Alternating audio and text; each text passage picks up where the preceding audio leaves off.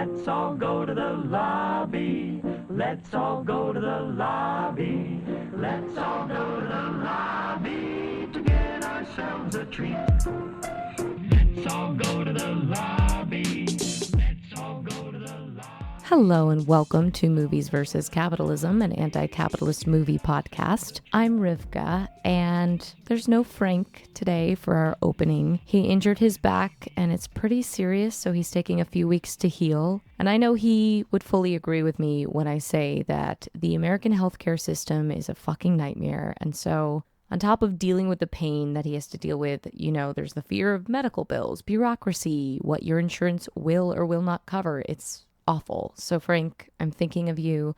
I know our listeners are as well, but we do have a great episode for you today. Really enjoyed recording this one. Before we get to it, I do want to remind our audience that we don't sell ads on this show. We donate our ad space to leftist or progressive organizations, and if that is you, please reach out to us, let us know, and we'll make an ad for you. So instead of selling ads, we rely completely on community support to keep the show going, and you can do that by subscribing to our Patreon. Thank you so much to those of you who have subscribed. If you haven't yet, for just $5 a month, you get access to new bonus episodes and our entire back catalog.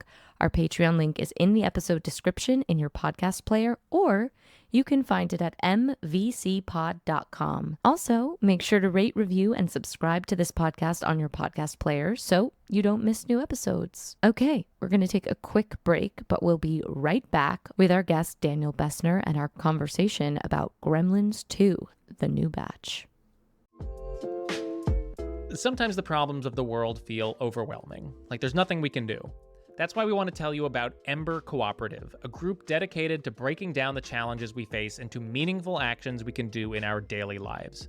They highlight ways that we can all think and do differently to shift norms and forge a more humane future. For example, the Ember Co-op team recently analyzed the racist and politically motivated war on drugs, which has ruined countless lives and devastated entire communities. Their action guide includes ideas such as hosting a living room conversation about the intersection of addiction and incarceration, supporting reality-based drug education at your kid's school or in conversations with young people, or if you are the 1 in 4 U.S. workers licensed or certified for your work, advocating for fair chance licensing. You can read the full guide at ember.coop. For their next project, Ember is addressing the need for more diverse forms of activism beyond just signing petitions and donating money. You can follow their work at ember.coop, or if you'd like to get involved, you can apply to join their team. Add your skills to this small think and do tank where you'll have equal say in what they do and how they do it. Learn more at ember.coop. That's ember.coop.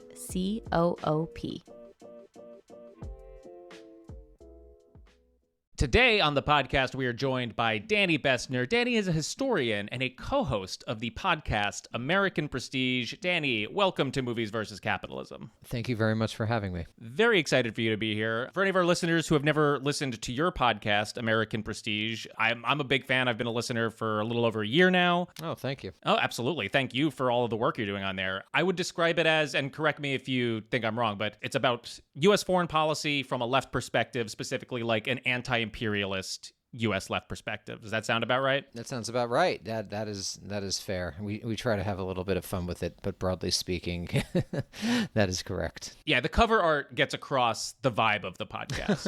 It's like we're gonna be talking about serious stuff, but you know, we're gonna have some fun too. Yeah, we have some fun. Yeah. And also, Danny, you recently wrote this really wonderful piece. I don't know if I would, wonderful in that you wrote it wonderfully. It's a very depressing piece called The Life and Death of Hollywood, which was published in Harper's Magazine in the May edition, which basically charted kind of the last 100 years, and then fast forward to, the WGA and SAG strikes that happened last year, and kind of breaking down how the business of Hollywood has evolved, how like artists and trade union labor struggles of the 30s really kind of created an artist middle class in Hollywood that then got hollowed out over the course of the 80s and 90s with all of these companies monopolizing and conglomeratizing. And then now the advent of streaming, which is like completely just fucking cannibalize the industry. So I'm curious, like, you are a historian by trade, but you clearly have a lot of like passion and knowledge about Hollywood film history. So like, what's that connection for you? Yeah, there's actually a stronger connection than might appear at first. My first book in my academic research is on people I dubbed defense intellectuals who basically helped shape foreign policy and made the institutions of the American national security state and think tanks and stuff like that. But one of the animating questions of that was the role of the quote-unquote intellectual in society. This was a live question at one point in the 20th century. And writers were, of course, considered part of the broad milieu of intellectual. And so I got interested in Hollywood vis-a-vis that perspective and trying to think about writers as intellectuals being paid, in particular in a capitalist society, as intellectuals, and witnessing in my own career the decline of academia and the decline of journalism as essentially careers and not really careers anymore. They're more hobbies. I was curious about Hollywood and how it both fit into and departed from those patterns. So there's that intellectual source, and then like many writers, I've also dabbled in Hollywood. One of my stories for Jacobin was optioned several years ago. There's been movement on that and various screenwriting things, and so as I began to, with COVID and the collapse of Bernie, sort of think about doing other things, I came into personal contact with Hollywood, and it was fucking crazy. The structure of the business is really wild. And when general, was this? Would you say like your first contact? 2020, 2021. Okay. I mean, I had been doing popular magazine writing, big quotes around popular, but magazine writing starting in around 2017, late 2016. I think that's the first thing I published was in December 2016. So, I mean, these worlds, they used to overlap more. There was sort of like a culture of arts in the United States, which really doesn't quite exist in the same way, but there's overlap there. Screenwriters move in and out of magazine writing, and there's people who teach. So there's sort of a world there that, again, was more connected in the 40s and really the 50s and earlier, started to come apart in the 60s and 70s.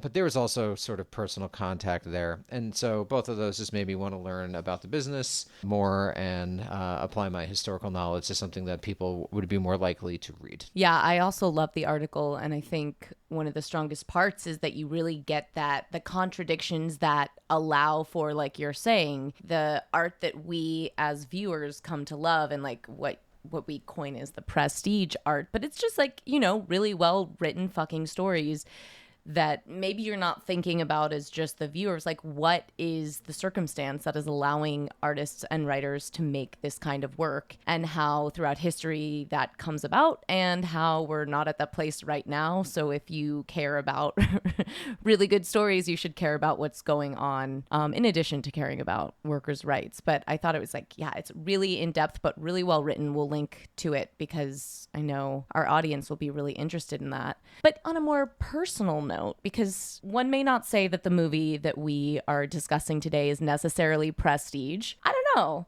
We might change their minds at the end at the end of this conversation. But I can't wait to just hear why you chose this film. But let's give a little context before we talk about it. We are talking about Gremlins 2. Sequel to Gremlins 1, Gremlins 2, The New Batch. The New Batch. You can't forget that. Yeah.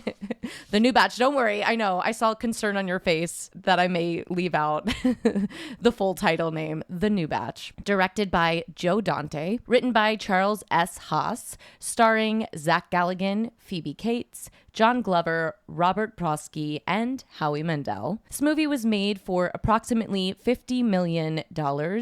About 5 times more than the first movie was made for, and it brought in about 41 million worldwide. And short synopsis for anyone who hasn't recently watched Gremlins 2.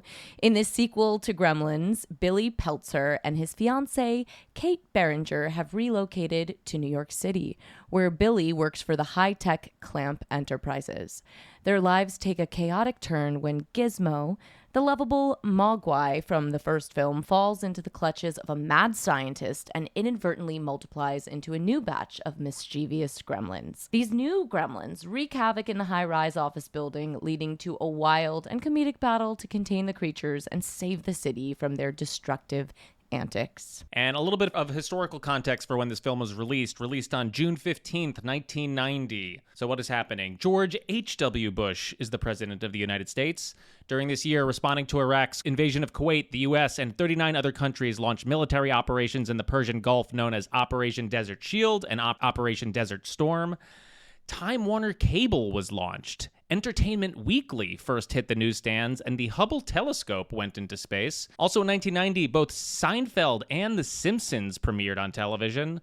And at the grocery store, people are snacking on Dunkaroos, Slim Fast, and Bagel Bites. And the one bit of good news, Margaret Thatcher announces her resignation as British Prime Minister. So that is 1990. Yeah, great year. I do have to make a slight correction. Seinfeld debuted in the summer of '89. I wonder if that's when it got its full season. And I think The Simpsons also debuted in December 1989. I was gonna say, look, I'm gonna throw Rivka under the bus. Rivka did the historical context this week. I did do the historical. But you know what? We'll review. Review the tapes. We'll review. But it's possible. Maybe they went to series or something. Yeah, it's something like that. They probably got a full order, would be my guess. Both of those shows were debuted without full orders. Seinfeld had 4 episodes. I believe The Simpsons only had 1.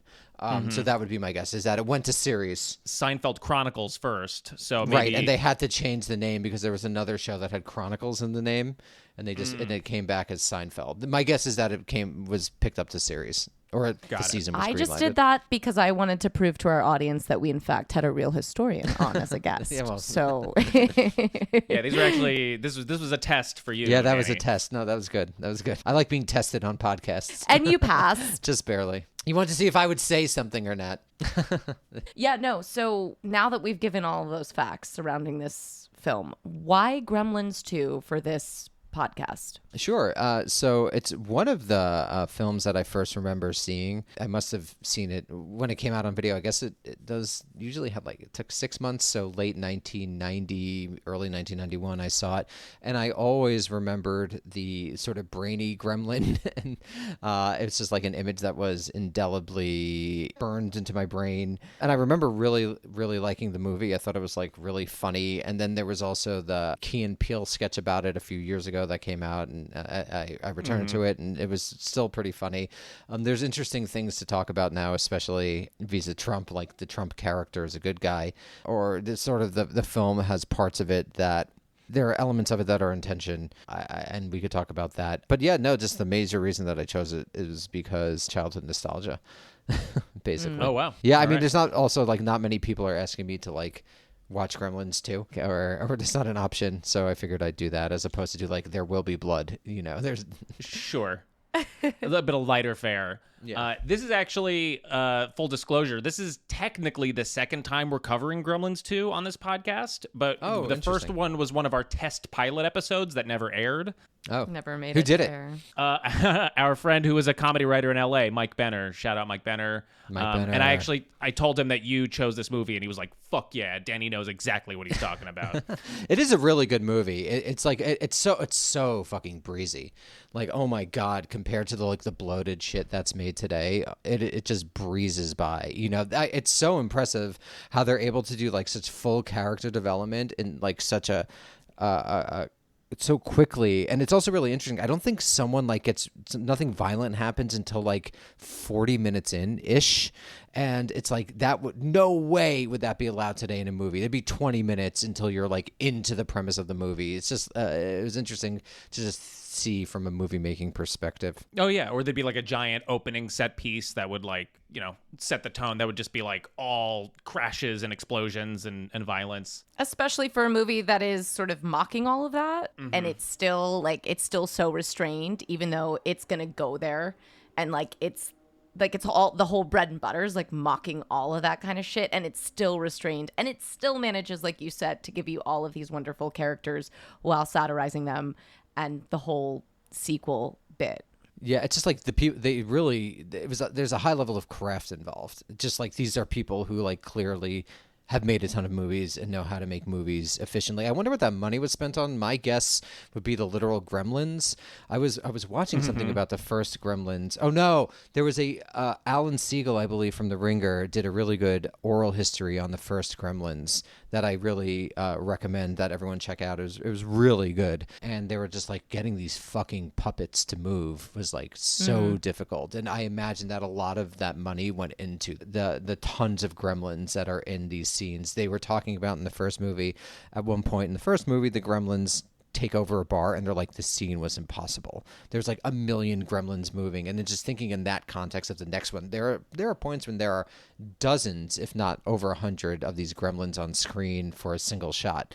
So that must have been like incredibly difficult from a level of craft thing to do when they melt at the end. Like, I don't know how it's just like a craft that doesn't exist now because of CG. The movie looks good and it would look much shittier with CG. 100%. Yeah, agreed. I mean, like the few moments of CG really do stick out with like the flying gremlins, but like all the practical effect stuff that you're talking about, you're right. It does look fantastic. And not just the gremlins. I was noticing, I was like, Dante's doing camera movement in pretty much every shot. Like he's always either on a dolly or tracking or on a jib or something. And like you're saying, there's a lot, like the set deck of the Clamp Industries building is, all of the money is on screen. And for such a schlocky movie, it's like he almost didn't have to go this hard, but he went this hard. Yeah, and that's one of the things that makes it really, really excellent. Yeah. Yeah, I think that's what I was most fascinated in the research part, and I'm sure you can help us out with this, Danny. This is not a quiz. I genuinely want to get into it. It was so exciting to learn about the director's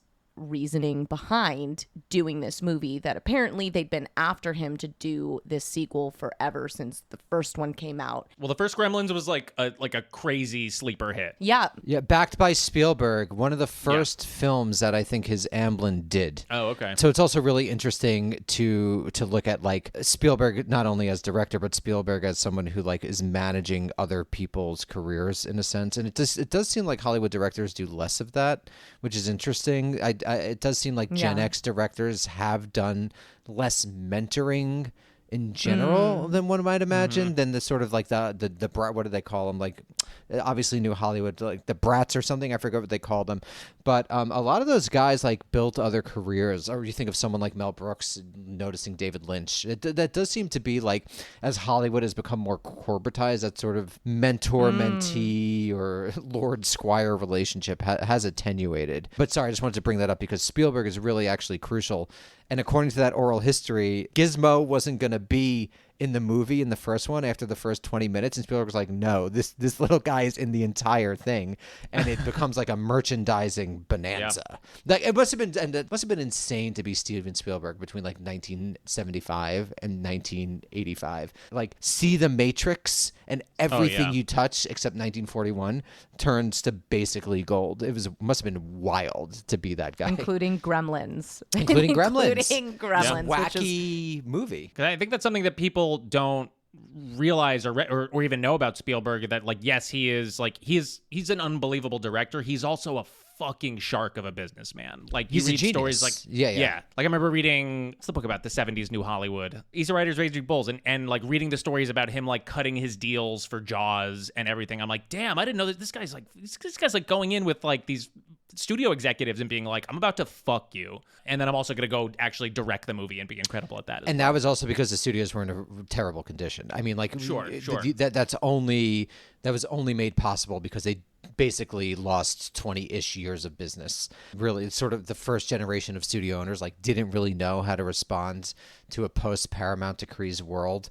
And so that's like after a long time of Hollywood going into a fallow period, and that allows someone like a Spielberg to be like, yeah, I'm gonna really do well. I'm gonna really try to take advantage of you, business person, and to become his own, embodiment of the new neoliberal Hollywood. Sure. Well, all that's so important because it's true. If you're Joe Dante, and I think he got on Spielberg's radar because he made a film, Piranha, which was a sort of satire of Jaws, which sets up like he's being recognized for all of the great things he does. I think comes out in Gremlins 2, which is just intense satire. So if Spielberg's already loving that, it's just opening the door in a way that you're right. If you don't have that sort of mentor relationship and you only have the corporate studio, they're not going to get it. It's like so much of what we get in this film is allowed because of Spielberg and that relationship. So Gremlins blows up. It wasn't expected to be a hit. It makes so much money.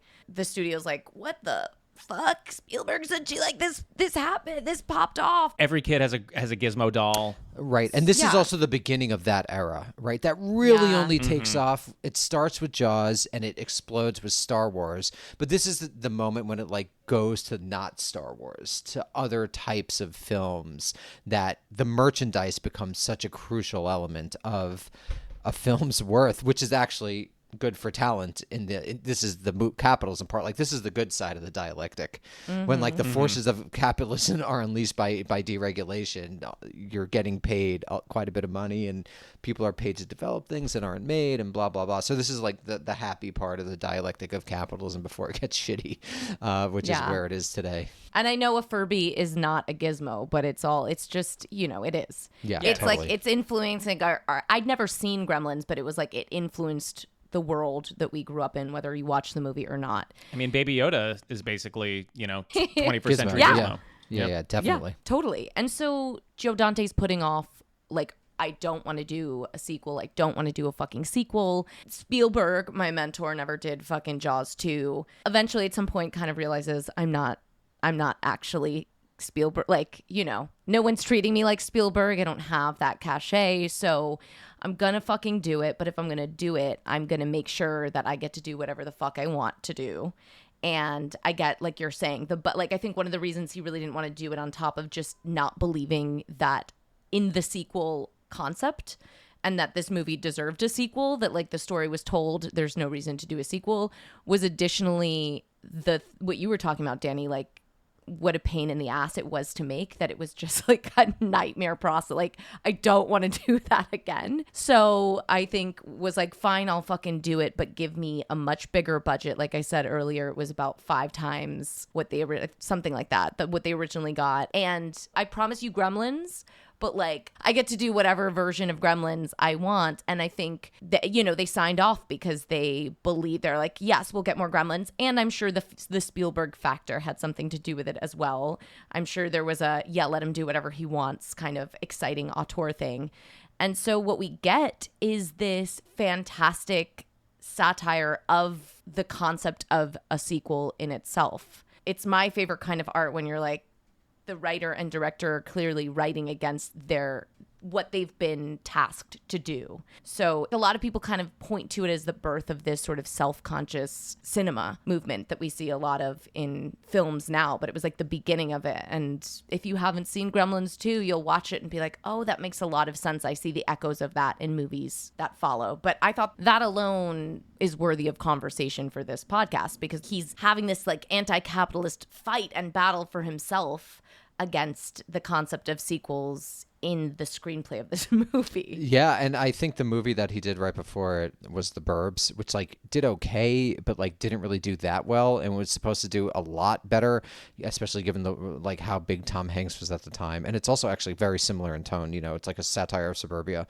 like deeply satirical about sort of like bourgeois masculinity, which is interesting. There wasn't like that much on bourgeois masculinity in this one, really, because Galligan, like, he's not the most Riz-filled actor, to say the least. I mean, it's funny, like, Phoebe Cates is like really good. Like her little like face things that she does, they're like very, very funny, very understated. He's a little bit. I mean, no shade, but a little bit of shade. He's not doing much. But I think that the Dante is himself pushed by the forces of capitalism. Didn't do that well his previous movie, and after this he's like kind of in director's jail for a little bit. I think his next like truly big thing is Small Soldiers, if I'm remembering correctly. Oh damn, that was Joe Dante? Yeah, man, I fucking loved that movie when I was a kid. Yeah, so yeah, he's the director of Small Soldiers, and he does Matinee, which is like, I don't know if you guys remember, that's like a weird John Candy movie, like Cold War paranoia. I cannot imagine that made much money. Not John Candy, John Goodman. Oh my God, cut that out. Forgive me. But yeah, so the forces of capitalism are also forcing him to do this, and he basically decides to take on Donald Trump. Like that is like clearly the satirical core of this movie. For people who don't know, it's basically the setting of the movie is Daniel R. Clamp, I believe, is a real estate developer in New York who's like incredibly Trump-like. But it's interesting. he has sort of like almost like a caffeinated 80s vibe in a way that doesn't read very Trump to me. I would have to like go back and see how Trump presented himself in that moment. But his name is Clamp, and it's like the Clamp development. I don't think they called it Clamp Tower, but he's like super based on Donald Trump. But there's also some like tension in the movie because at the beginning, basically it's supposed to be this like mega high-tech center, which again is not something I really associate with Trump. So that's more of like an 80s thing, I imagine, where like everything is automated, but of course everything actually sucks and it doesn't actually work and it breaks down. So you go into it and you're like, oh, this is going to be like a critique of Trump and sort of thinking about that. But by the end, like Daniel Clamp winds up being basically like kind of a semi-buffoonish good guy who kind of like helps our heroes and emerges victorious. And you imagine that the development in Chinatown that the movie starts with is going to be developed by Clamp. And so I don't know what you guys thought of that. I thought that was like an interesting tension. I wonder if that was like a note, if Clamp was more evil at the beginning and people are like, yeah, people are like into this character now, but I just don't know. But I thought there was a tension there. Yeah, I'm curious. I mean, like Donald J. Trump, Daniel R. Clamp. I mean, like that's pretty obvious. I'm curious if maybe it was something in John Glover's performance, an actor who I really love when he pops up and stuff. He's also in Scrooged. He plays a very similar character. But you're right. He comes with like it's almost like he has like a childlike idealism about the way that he conducts his business. He has no concept of the knocked-on effects of like what his real estate empire hath wrought. And yeah, like the tech Clamp Industries thing is funny. I mean, like they make that like conglomerate joke right at the beginning that like, we do technical innovation and media and a popular line of jams and jellies. It's just like a bunch of different shit that like doesn't make sense all housed in the same building. I love the depiction of like the Clamp Industries building because it's an office building, but it's also a mall, but there's also like a genetics laboratory there. And like you're saying, everything, it's supposed to be high tech, but everything is shitty. I felt like he was really Dante was just really going after these kind of like corporate bureaucracies. Yeah, especially at the beginning, he like Clamp is portrayed as like, before you almost meet him, he's portrayed as worse than he winds up being. They say that they basically express that he's into like order and power and cleanliness, which is a Trump thing. I imagine that the screenwriter and Dante probably got that together. But then it's also like, it's interesting. They portray him as like very future oriented. There was a line that Clamp doesn't like black and white. He only likes color, which is ironic given like MAGA's obviously like nostalgia for the 1950s. So it's interesting to sort of see how the boomer imagination changed between that moment, late 80s, very early 90s and today. Yeah, my read on it was similar, that there was like a confusion in the role of Clamp, but maybe it was a confusion in like this, it's a transition moment. Like I was thinking a lot about Ghostbusters and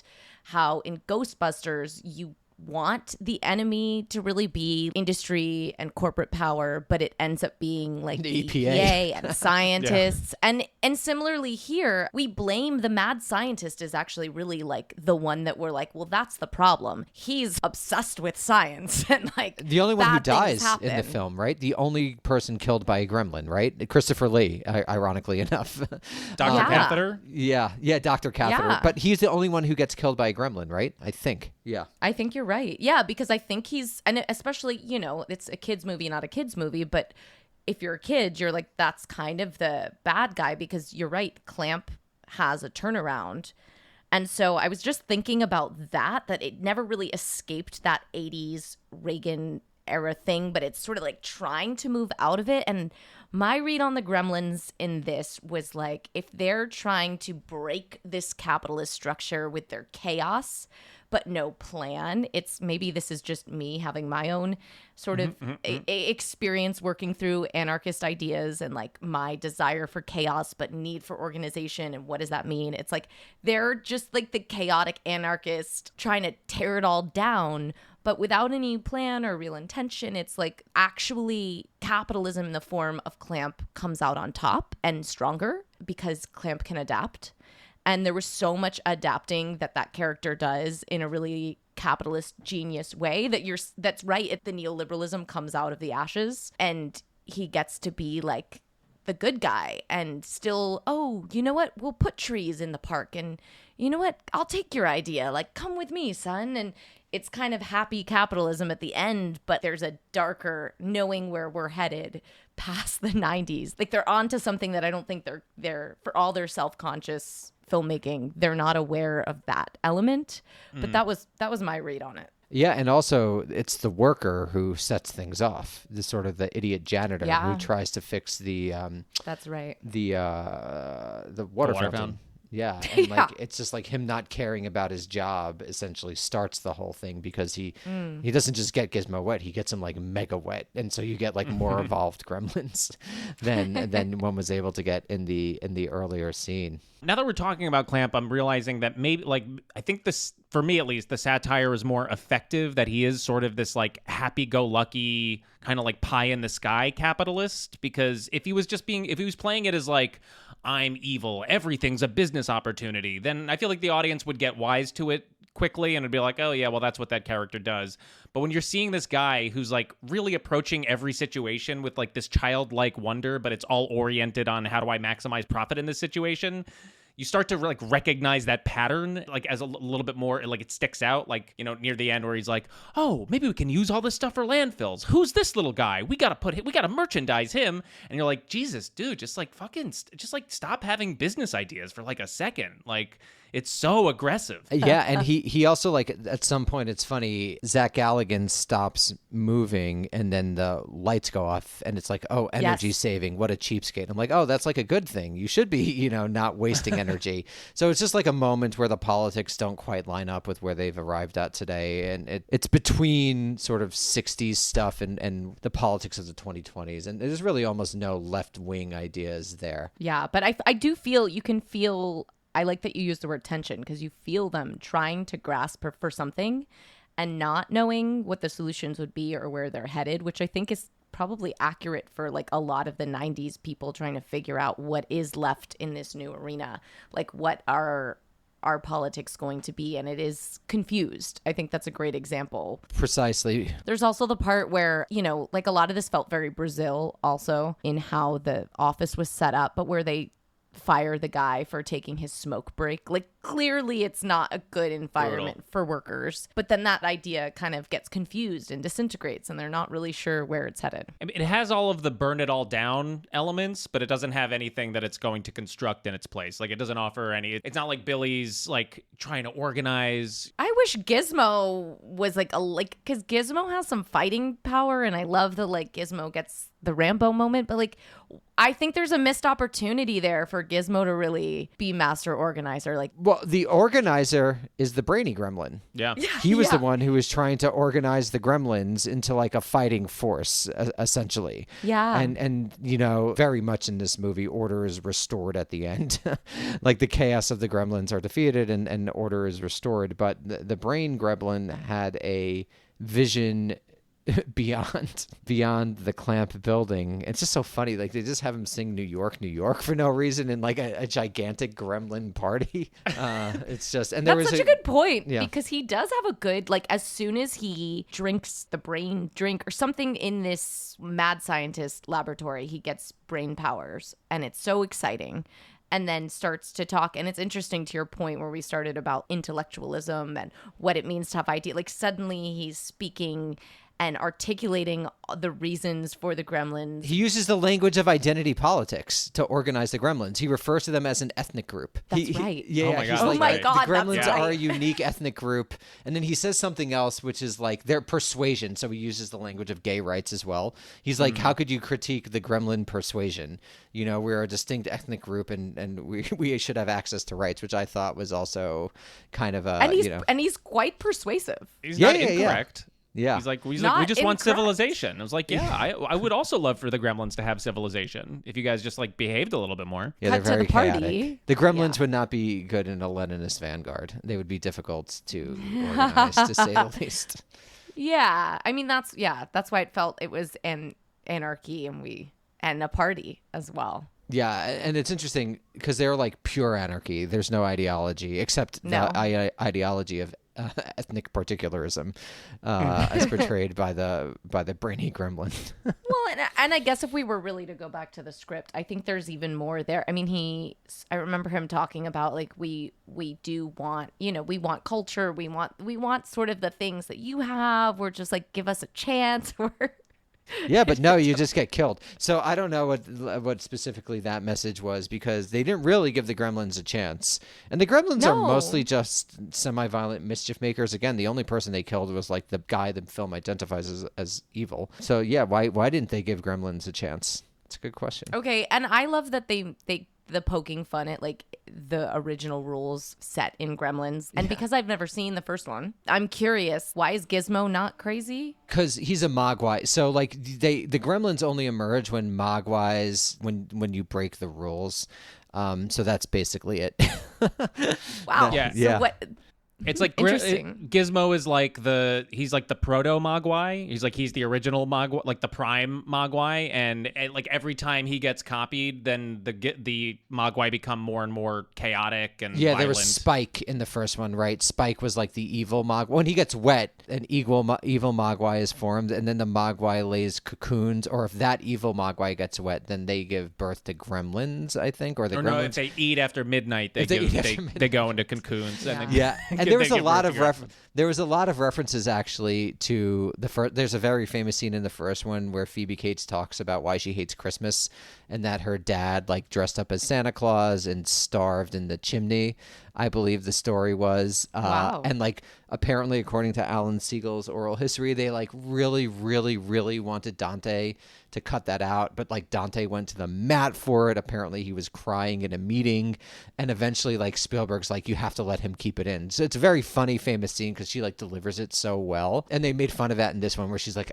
I hate Abraham Lincoln's birthday, and she starts giving this story. That didn't make sense. And then they're like, okay, shut up, blah, blah, blah. So it's very, very self-conscious, especially with the Leonard Maltin scene where he literally reviews Gremlins, and then the Gremlins eat him. Yeah, the only other person to die is a movie critic. So a scientist and a movie critic are the only people who die in Gremlins. I mean, you never see Maltin die, but I think it's presumed. Yeah, because Maltin also like originally panned the first Gremlins. So like this is like actually true to like, I don't know exactly what his review was, but was not a fan of the first Gremlins. Yeah. What I've learned from this is that the movie I really want to see is the making of, like, I want to see the movie about the making of Gremlins. I want to see an amazing actor play Joe Dante. I want to see him crying for that scene to be put in. I want to see what happens between Gremlins 1 and Gremlins. Like, this is amazing. Well, it's funny because I think I obviously you'd have to ask him yourself, but it like grounds the movie in a sense, right? Like the reason that everything is, it's very, very obviously insane that your missing dad was just in your chimney rotting, but it does ground the movie. Right. Even like 30, 40 years later, it gets a reaction.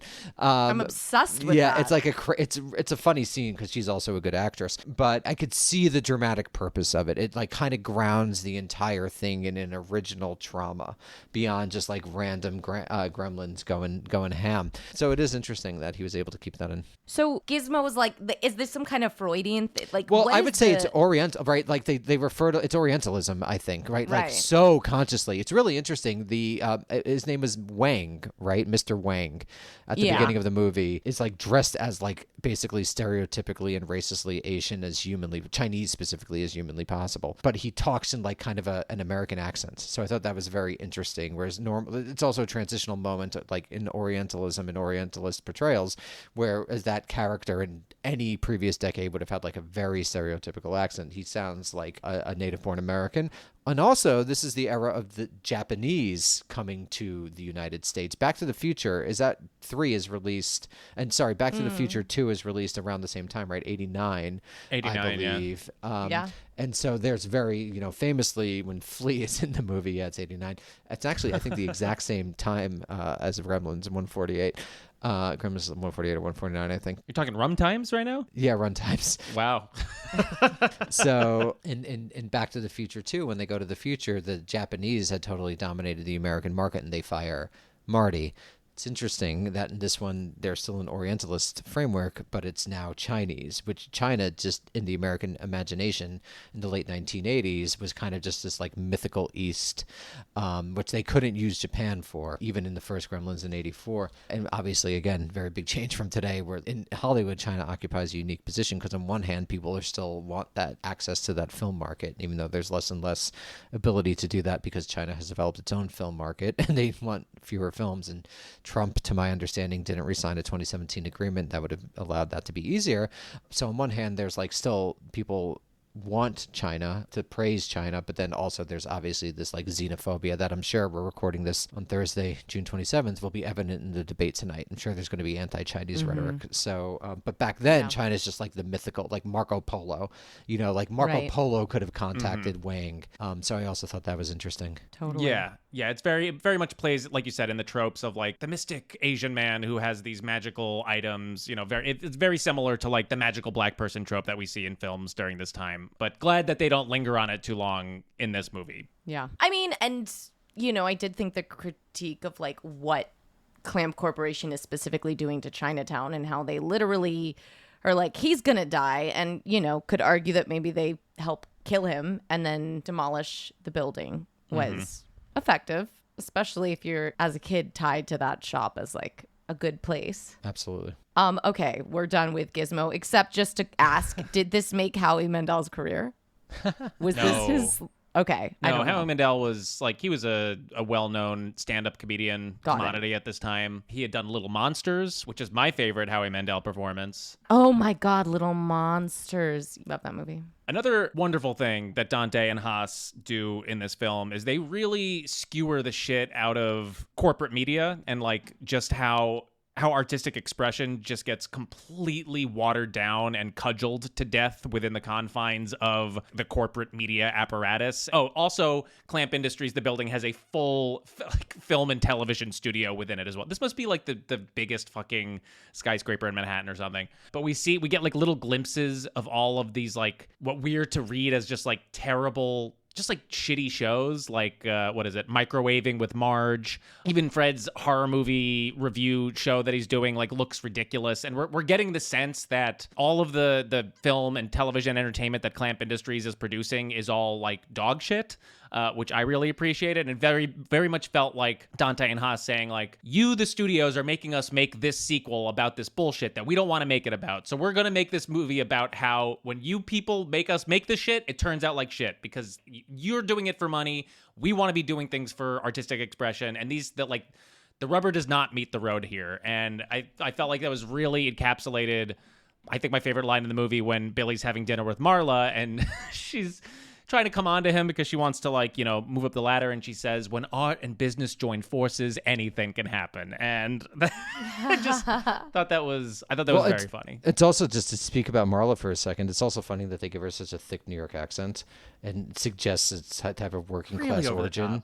Yeah. It suggests a working class origin, which would just no one in the halls of any major corporate institution at the executive level would have an accent like that today.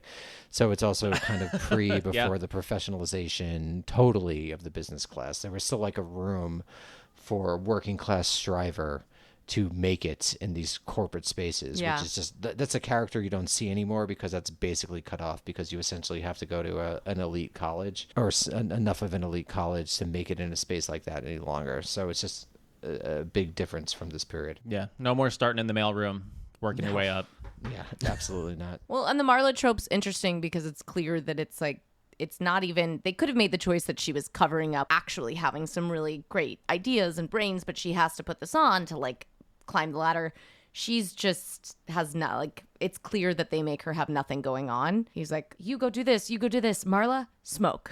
She smokes cigarettes and is interested in public relations. And also has a happy ending because she gets what she wants. She marries Clamp. Yeah. She gets clamped. Yeah. She gets clamped. She gets with Clamp, it seems like. It was interesting what it set up to like critique for the nuclear family or what's expected for these, I guess, hetero relationships under capitalism, especially following the lead characters, Billy and Kate. Because we're following Billy and Kate, I guess, like, they would have had this sequel not been forced upon them, just existed in their suburban dream, but because of the sequel, they're like taken and thrown into this New York City life. And they say early on, it's kind of like dependent on like, well, she's what is her job? She's the tour guide. She's a tour guide, yeah. She's the tour guide, and he gets to be like up and coming art director, and they're just clearly fucking miserable, which I appreciate. And early, like, I think in one of the first scenes, Kate tells Billy, like, maybe the company will notice you and then we can finally get married.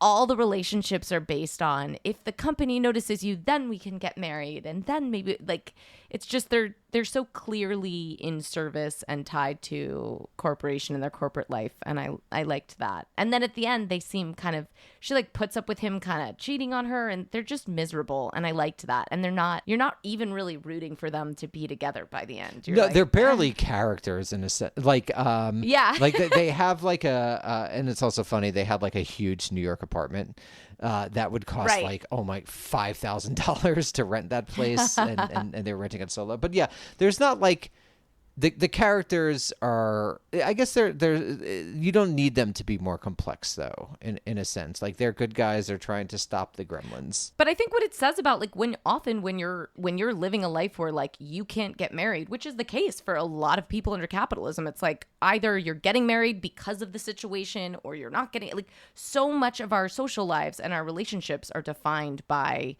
this economic issue.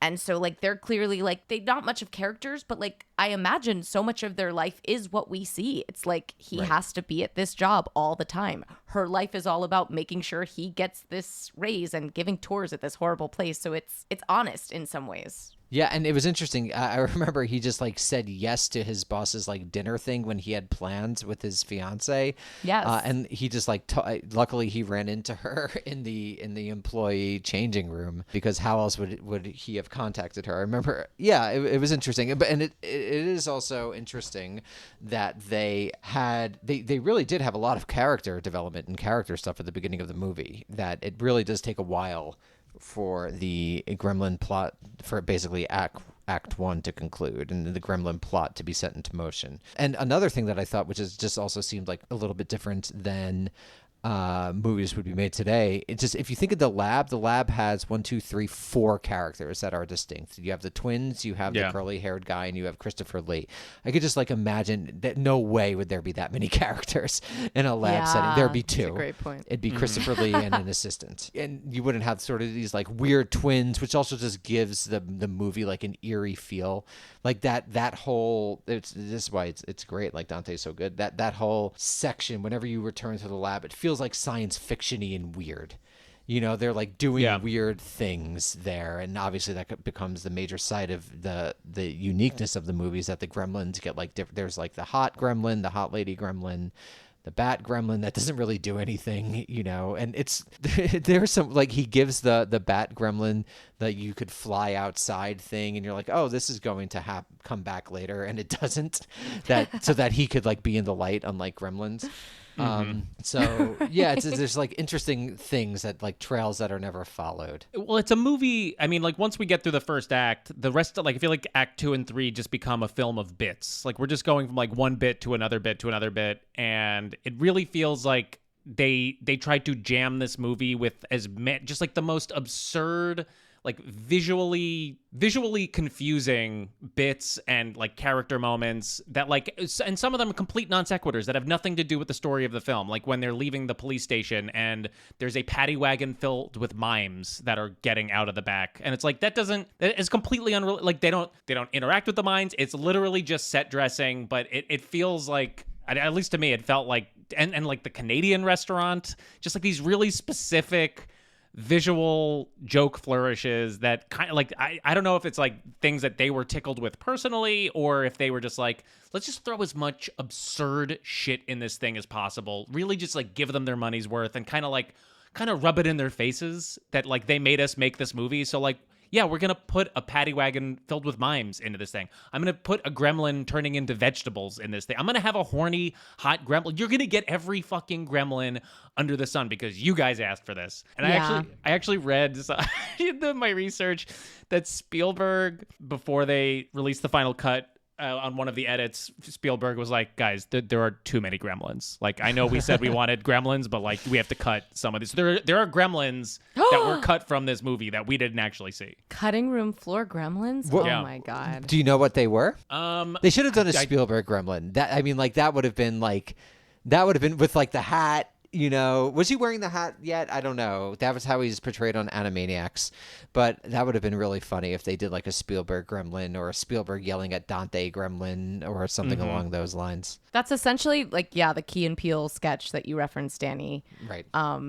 Is that it's kind of like the rant you just went on, Frank, where they have the person who comes in specifically for sequels and is just like getting everyone to add a gremlin. They're like, yes, that's in. Yes, more gremlins. The crazier the gremlin, the better. It's in, it's in, it's in. Yeah, that's such a good sketch. And also like he brings up the Hulk Hogan thing, which is so weird, like, and it's like, oh man, remember when movies used to have like professional ushers?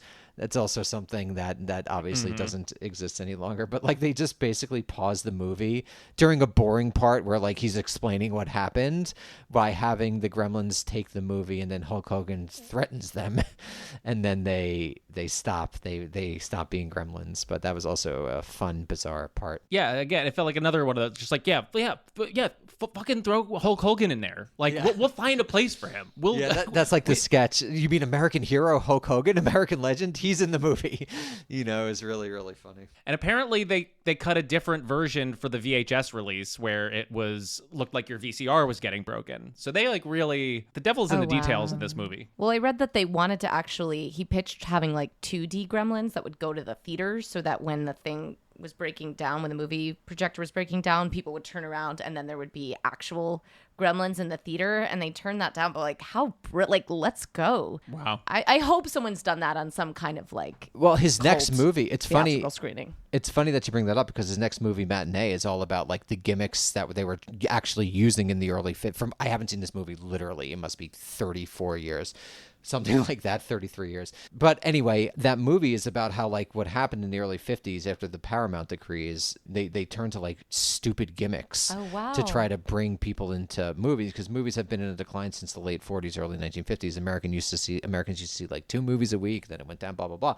So to draw people back to theaters, because they no longer own the theaters, and they also were threatened by television, they would do like smell-o-vision, or 3D. This is why all this stuff came out, was because they needed gimmicks to try to get those people back into the theaters. And that's actually that's so interesting, because his next movie is about John Goodman being like sort of a movie huckster. Again, from what I recall, I'm not looking at this, but that's basically right. So it's all connected. I mean, he clearly loves cinema. So even though there's this sort of rage in the making of this movie, like raging against the sequel and raging against what's being asked, it's very much like a love letter to, I mean, there's clearly the influence of Who Framed Roger Rabbit, and he nods to so many different things. You have Batman, I mean, you have the gargoyle, you have all these different references throughout the movie. So it's like a love letter to cinema. And then it's amazing how much this movie clearly has influenced other movies, even though it's a sleeper, you wouldn't think. But I'm thinking, like, we covered Rat Race. We talked about It's a Mad, Mad World as a reference for Rat Race. But I'm like, this is such a reference. I mean, all of these just wild, breaking of form, random ass shit coming in, like the bigger the better. Very Looney Tunes-y, and they start Very the movie. Looney Tunes. I mean, he telegraphs it. He starts the movie with like a Daffy Duck Bugs Bunny bit. And it's like extremely, I mean, the Gremlins are just like evil Looney Tunes, or basically just what the Looney Tunes are. The Looney Tunes also beat the shit out of each other all the time. So that was clearly an influence, which was also an influence on Rat Race, very much so. Like when Whoopi Goldberg's like, oh, at some point when her like thing goes too fast, like very Looney Tunesy. As ridiculous as this movie is, and as like, as some of these bits are just completely off the walls, like you're saying, Riv, Dante clearly loves cinema, and whatever tension he had between the studio and the fact that he was making this movie, he still made the shit out of this movie. Like he did not phone it in. Yeah, it's great. Like the work is evident. It looks great. Like we said, all the Gremlins, they really do look good. Like these little green ass puppets just like running around. You're like, oh yeah, I believe that there's like a bunch of little monsters running around this place. What do you guys make of the fact that the movie ends with the hot lady Gremlin blowing the assistant to clamp? Like that's what they chose to end the movie on. It's kind of like a weird choice. Yeah. It It's kind a of felt funny like choice. a fuck you. Yeah, kinda, basically, yeah, right. It's like we're gonna end this movie with this interspecies sort of thing. Yeah. It must have been a fuck you, yeah. Yeah, and with Robert Prosky like acquiescing, he's being like, Yeah, at the end, I'm like, is he gonna smile? smile? Is he gonna smile? And then he does. At the very end, he does. He's a freak. So it's consensual. Yeah, those two people whose freak matched each other's freak.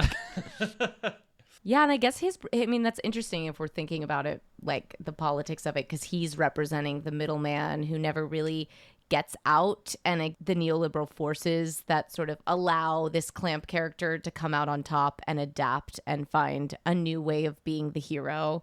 And he still sort of is like, you're like, he's going to find, this is sort of his prize, but like he's going to keep working at the company. Oh, definitely. Right? Yeah. So absolutely.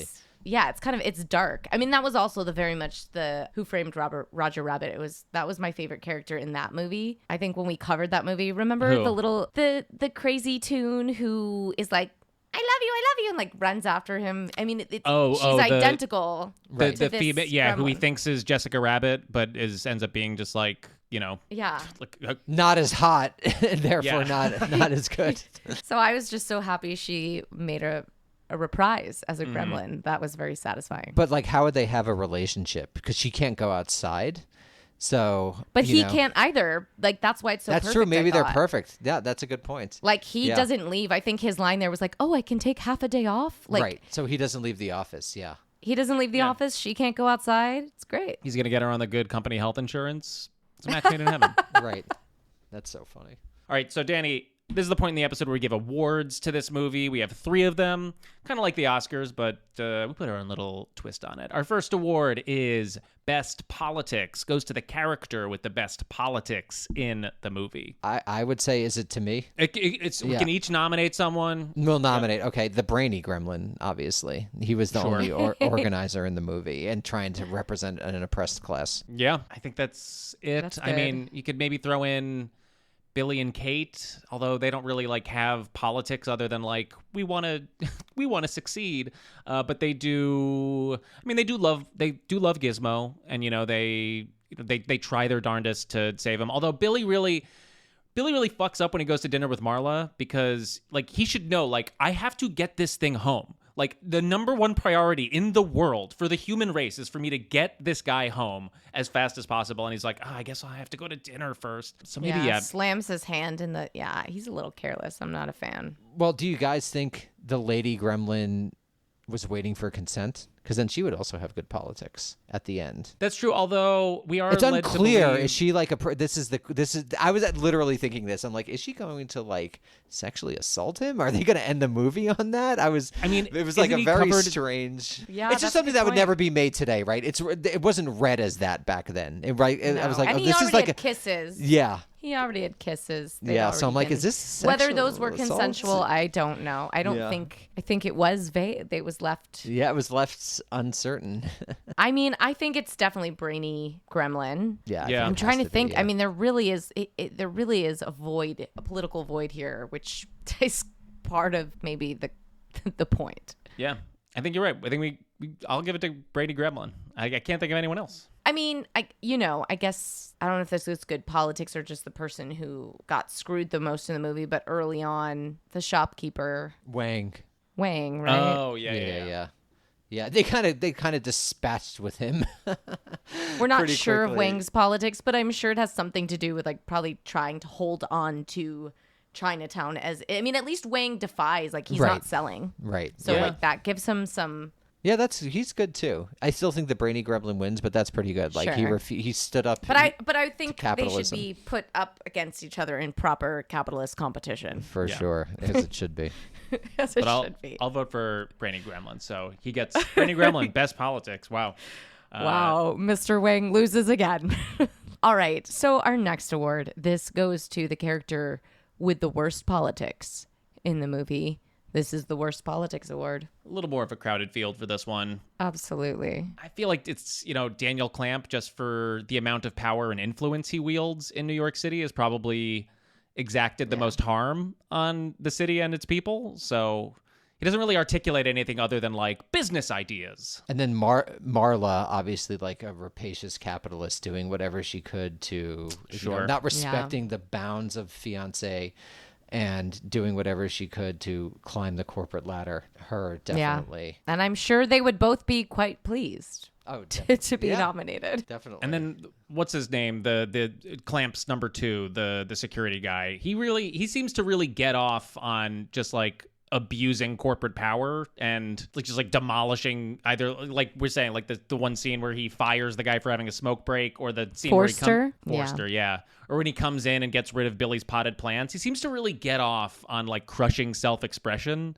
He's like, this potted plant isn't just a plant, it's chaos, it's whatever. And it just seems to really love that. Yeah, it was Nazi-like, like the image of sort of the clean Nazi, definitely. This is how he was portrayed. Yeah. And then also Dr. Catheter. He not really, actually, I guess there's some sort of political ideology in someone who thinks that they can just manipulate life in any way that they want.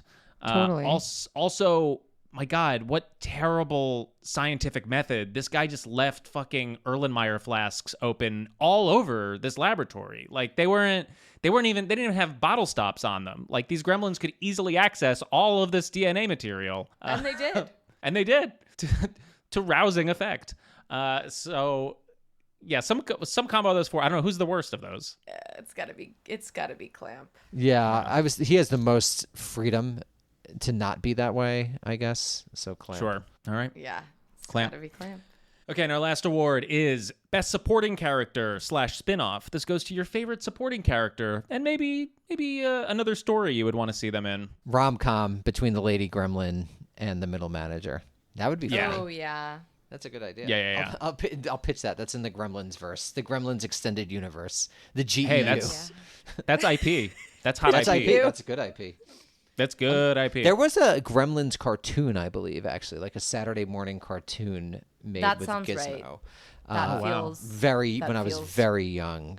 That feels correct. Yes, there was. There's one that just came out in 2023. Interesting. Get the fuck out of here. Yeah. Wow. Yeah, I just looked that up, and there was an old. I think there was. Oh yes. There was a Gremlins. No, there's a Gremlins one set in 1920s Shanghai. Okay. Maybe, I don't know. I'm sure it's culturally appropriate and not offensive whatsoever. Yeah, I'm curious how they cover that one. Maybe there wasn't a Gremlins cartoon and I just made it up in my brain. I don't know. I was there with you. Yeah, I remember never saw Gremlins too. 1, but I was like, I remember 6 a.m. Something like you that, know, yeah. Serial, Gremlins on TV. 90s. Yeah, I also would watch more of the Brain Gremlin. I would have loved to have seen. Oh, hell yeah. I would have loved to have seen what it would have been like if the Gremlins actually got outside, and if he, like, maybe he does try to become like a positive organizing force and he's like, my brothers, my sisters, like we must not terrorize, we must not destroy, like we must work together to better ourselves and civilization writ large. I feel like there was a lot of great Brain Gremlin. Yeah. Oh, thank you. Frank, that was really good. That was good. Satisfying. He spoke in such a funny, like, mid-century voice.